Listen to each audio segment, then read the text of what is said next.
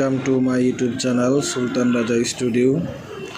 সম্মানিত অডিয়েন্স, আজকে আপনাদেরকে দেখাবো 11 প্রো ম্যাক্স যে ফোনটি ছিল সেটা 12 প্রো ম্যাক্সের থেকে খুব ভালো। তো তারপর আমরা যে 12 প্রো ম্যাক্স সিরিজে যেটা লঞ্চ হতে দেখলাম সেই ফোনটি খুবই ভালো। এটার প্রাইস ছিল 12 প্রো ম্যাক্সের প্রাইস ছিল বাংলাদেশি টাকায় প্রায় 1,70,000 থেকে 75,000 টাকা। আর 12 প্রো যে ফোনটি ছিল সেটার দাম ছিল 1,10,000 টাকা। শুধু 12 যেটা ছিল ওটার দাম ছিল 80 থেকে 85,000 টাকা। তো এখন আপনাদেরকে বলবো যে 12 সিরিজের যে ফোন সেটা 11-এর মতোই, কিন্তু এটাতে ক্যামেরাতে কোনো ভিন্ন মানের কোনো কিছু পরিবর্তন আসে নাই।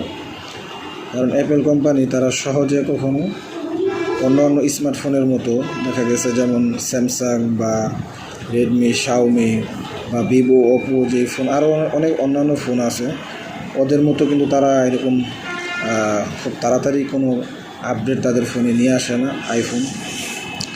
তো আইফোন সিরিজের যেই 12 প্রো যে ম্যাক্স এটাতে সেম 11 প্রো ম্যাক্সের যেই ক্যামেরা 12 প্রো ম্যাক্সের সেম একই ক্যামেরা কপি আইফোন। তারাও কিন্তু তাদের ফোন খুবই শক্তভাবে তারা তৈরি করে, এটা ভাঙ্গার বা ঘোরার কোনো সম্ভাবনা খুব সহজেই কম।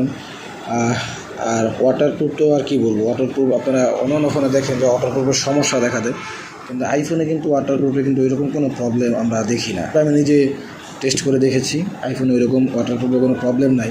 আমাদের চ্যানেলে সাবস্ক্রাইব করবেন, পাশে থাকবেন, পাশে থাকা বেল আইকনটি প্রেস করবেন। নতুন ভিডিও আসার আগ পর্যন্ত সবাই ভালো থাকবেন, সুস্থ থাকবেন, দোয়া করবেন আমার জন্য।